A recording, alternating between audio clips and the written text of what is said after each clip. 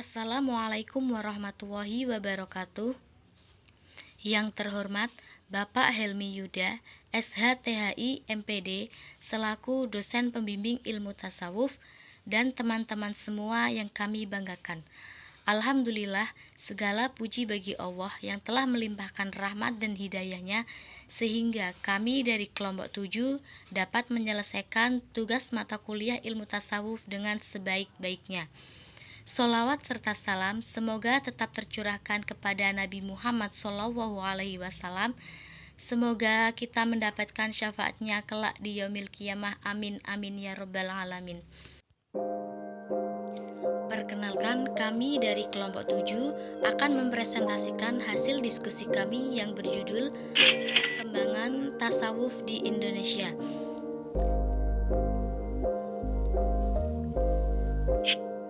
Namun sebelum memulai acara presentasi pada hari ini, izinkan kami memperkenalkan anggota dari kelompok kami terlebih dahulu. Yang pertama, Muhammad Haidar Majid, Siti Khairiyah, Putri Baitul Jannah, dan Dewi Sinta. Kemudian, marilah kita baca basmalah terlebih dahulu agar presentasi pada hari ini dapat berjalan dengan lancar dan dapat bermanfaat bagi kita semua. Langsung saja ke pembahasan yang pertama, yaitu mengenai perkembangan tasawuf di Indonesia. Membahas perkembangan ilmu tasawuf di Indonesia tidak lepas dari pengkajian proses islamisasi di kawasan ini, sebab penyebaran Islam di Nusantara merupakan jasa para ahli sufi.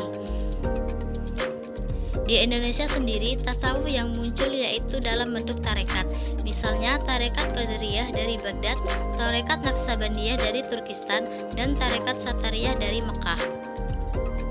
Dari sini dapat dikatakan bahwa tarekat adalah salah satu cabang atau aliran dalam paham tasawuf. Perkembangan tasawuf di Indonesia sendiri tersebar melalui berbagai daerah, seperti di Jawa, di Sumatera, di Kalimantan, dan di Sulawesi. Di Jawa, ajaran tasawuf tersebar semenjak berdirinya kerajaan Islam yang pertama di Pulau Jawa, yaitu Kerajaan Demak dengan Raja Raden Patah pada tahun 1479 Masehi. Sedangkan di Sumatera, perkembangan ilmu tasawuf tidak terlepas dari upaya maksimal para ulama sufi yang bermukim di beberapa daerah pulau tersebut. Tidak jauh berbeda dengan di Sumatera, perkembangan ilmu tasawuf di Kalimantan berawal dari bermukimnya seorang sufi bernama Syekh Hatib As-Sambasi yang kemudian dikembangkan oleh Syekh Muhammad Nafis bin Idris bin Husain Al-Banjari. Sedangkan di Sulawesi, ajaran tasawuf yang diterima di daerah ini adalah Sunni dan Falsafi. Salah satu ulama yang menekuni ilmu ini adalah Syekh Tajul Hakwati Al-Makassari. Berikut di antara tokoh-tokoh ilmu tasawuf di Indonesia, yaitu 1. Hamzah Fansuri, 2. Nuruddin Ar-Raniri, 3. Syekh Abdul Rauf As-Sinkili, 4. Kiai Haji Soleh Darat, dan yang kelima yaitu Kiai Haji Ihsan bin Dahlan.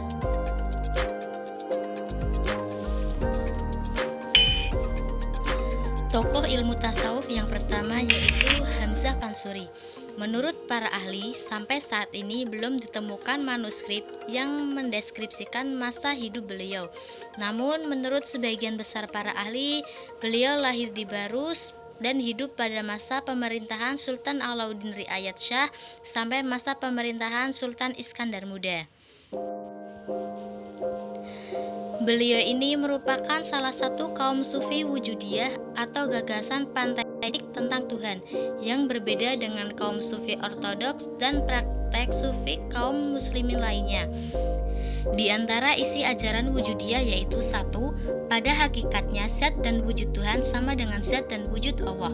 2. Tajalli alam dari zat dan wujud Tuhan pada tataran awal adalah Nur Muhammad yang pada hakikatnya adalah Nur Tuhan. 3. Nur Muhammad adalah sumber segala hak Allah atau ciptaan Tuhan yang pada hakikatnya hak Allah itu juga zat dan wujud Allah. 4. Sebagai manusia mikrosmos harus berusaha mencapai kebersamaan dengan Tuhan dengan jalan tark al-dunya, yaitu menghilangkan keterikatannya dengan dunia dan meningkatkan kerinduan kepada mati. Kemudian, yang kelima yaitu usaha manusia tersebut harus dipimpin oleh guru yang berilmu sempurna.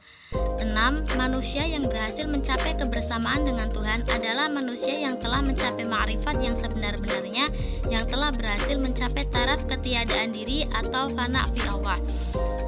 Nah, dari ajaran-ajaran ini membuat lawan Hamzah Fansuri menuduhnya dan pengikutnya sebagai kaum panteis dan sesat dari ajaran Islam yang sebenarnya, bahkan dianggap sebagai ajaran sufistik bid'ah. Kemudian dilanjutkan tokoh yang kedua yaitu Nur al-Din ar-Raniri, lahir di Ranir, Gujarat, India. Pendidikan pertama beliau yaitu di Ranir, Gujarat, India, yang kemudian dilanjutkan ke Hadramaut.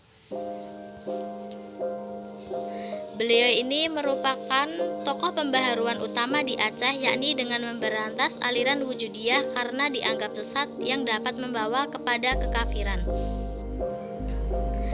Pendirian Araniri dalam masalah ketuhanan pada umumnya bersifat kompromis. Ia berupaya menyatukan paham mutakalimin dengan paham para sufi yang diwakili Ibnu Arabi.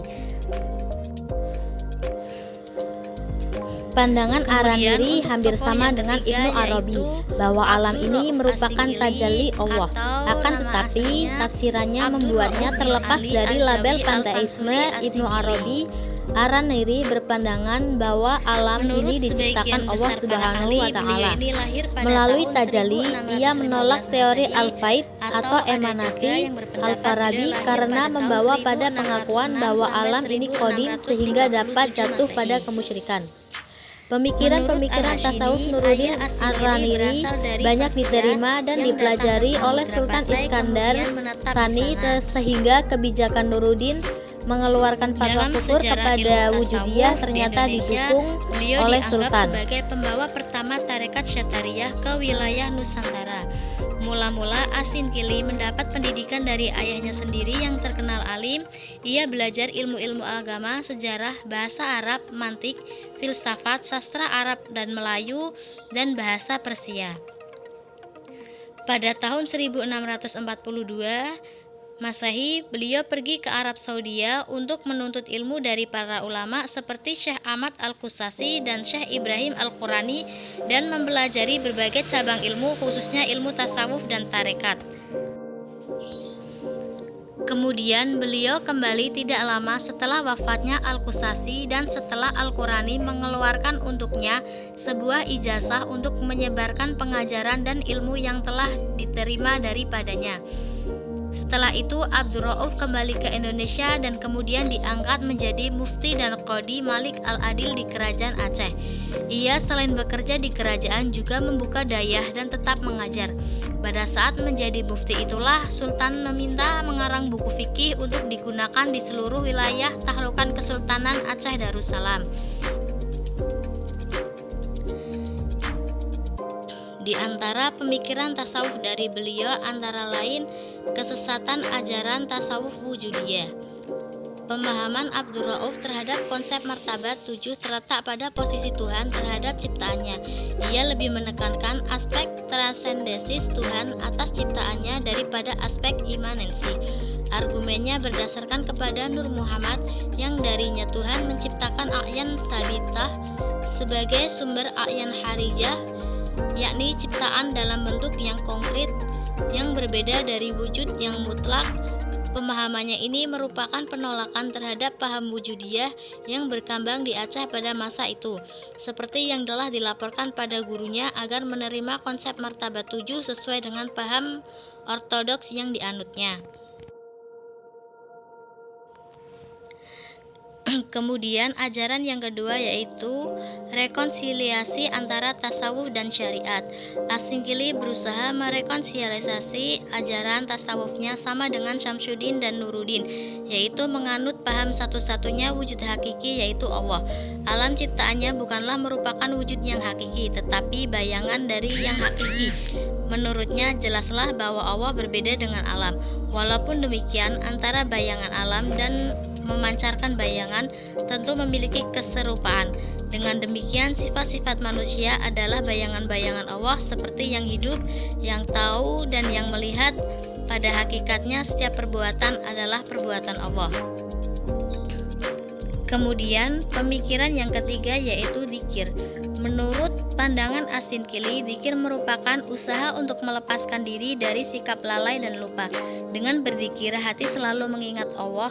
Tujuan dzikir adalah mencapai fana yang hanya wujud Allah.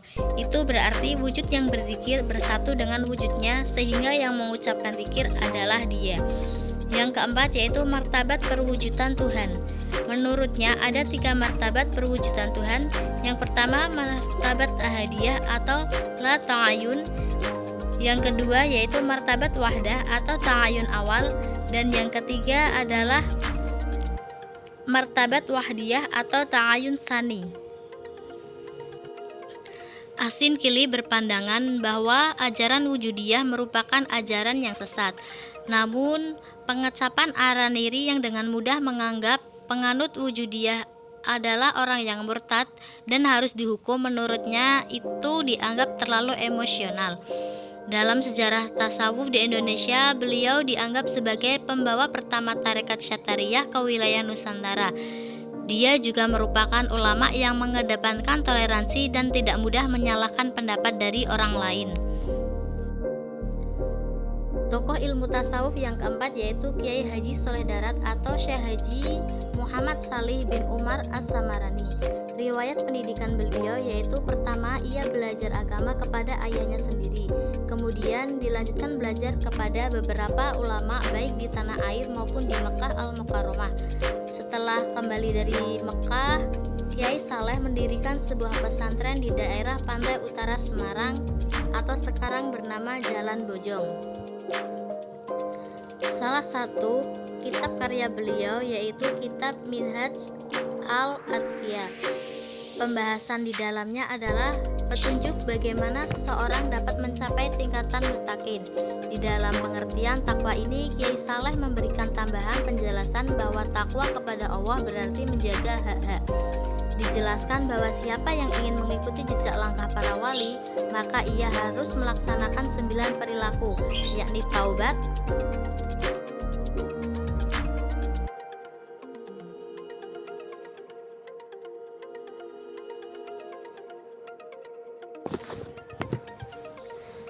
corak pemikiran tasawuf Kiai Soleh Darat. Menurut At-Taftazani, jalan untuk menuju ma'rifat dikenal adanya the body of methods yang terdiri dari 3 unsur yaitu riyadhah, maqamat, dan ahwal. Dari pengungkapan data tentang konsep tasawuf yang terdapat di kitab Minhaj al-Taqiyah dapat disimpulkan bahwa tasawuf yang dikembangkan oleh Kiai Haji Soleh Darat adalah tasawuf yang beriringan dengan syariat. Kemudian tokoh tasawuf yang kelima yaitu Kiai Haji Ihsan bin zuhud, Dahlan, menuntut lahir ilmu, sekitar tahun memelihara perbuatan 1901 sunnah, di tawakal, Kediri, ikhlas, Jawa Timur, uzlah, dan tepatnya memelihara di Polres waktu. Jembes, Dusun Putih, Kecamatan Gambang Rejo. Pemikiran tasawuf Kiai Ihsan Jembes adalah tasawuf sunni kultural atau perpaduan dari tasawuf Hojalian dan lintas aliran dengan lokalitas pesantren dan muslim Jawa. Inti dari corak pemikiran Kiai Ihsan Jembes yaitu 1. Tasawuf menurut Kiai Ihsan adalah ilmu yang dapat mengetahui hak ihwal tentang sifat-sifat jiwa, baik sifat-sifat buruk atau sifat terpuji, misalnya muraqabah, zuhud, tawakal, muhazabat al-nafs, dan lain-lain. Inti corak pemikiran yang kedua yaitu terdapat 3 aspek yang mendasari pemikiran tasawuf Kiai Ihsan itu berkembang, yaitu aspek epistemologis, aspek historis, sosiologis, dan aspek ideologis. Kemudian yang ketiga yaitu posisi Kiai Ihsan adalah penganut tasawuf sunni Hozalian, sebagaimana juga dialami mayoritas komunitas pesantren. Kiai Ihsan menjadi pembela pemikiran-pemikiran Al-Ghazali cukup nampak sebagai implikasi dari pemahaman dan keyakinan menjadi muslim yang menganut Islam Ahlus Sunnah wal Jamaah.